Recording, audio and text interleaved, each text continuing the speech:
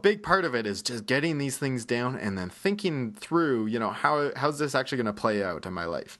Right. Now, the big thing is a lot of people will go, I can't have this and that. It's got Mm-hmm. to be this or that. Mm-hmm. And part of the biggest issue is being able to understand you really can have this and that. The question is, how can you do it? Or Mm-hmm. how can you see it happen? Allowing it to happen with a kind of realistic expectation of, are they contradicting each other, or is this just conditioning? So there's kind of two things at play. Some people will say, well, I can't double my income and have a better relationship at home. It's one or the other. And in my mind, that's just conditioning, because those two things really have nothing to do with each other, for starters. And it's built on the premise that if I double my income, I have to spend twice as much time at work, which again is not true. So then it comes back to, okay, so how do I know the difference between whether or not my perception of I can't have both is just conditioning, or whether it's really based on kind of true framework? And when I get people to do that, I go, okay, so write down, why can't you have both? Why Mm-hmm. can't it be this and that? And then ask yourself, is that true? Is it true for everybody all the time?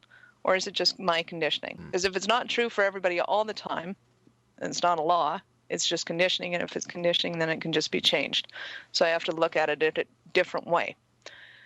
So we come back to the idea of, okay, is going back to university and getting married, are they both very time consuming?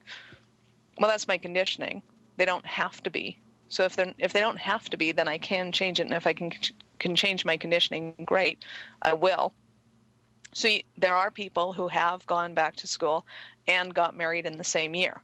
It can happen. So it's a matter of really looking at it and going, okay, but is this conditioning that I'm willing to change? Do I want a big, ginormous wedding with 350 plus guests and, in-town accommodations for all of them, or am I going to elope?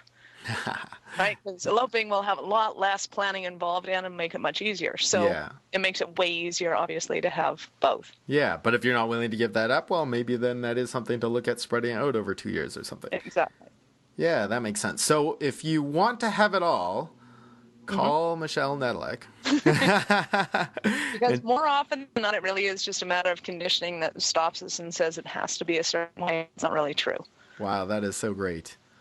Well, thanks for chatting with me here about these New Year's resolutions, and really appreciate your insights on this. Pleasure. That was great fun. Thank you. And I just wish everyone who's listening to this the best in 2013, and may you all achieve all of your resolutions. Here's to doubling your take home.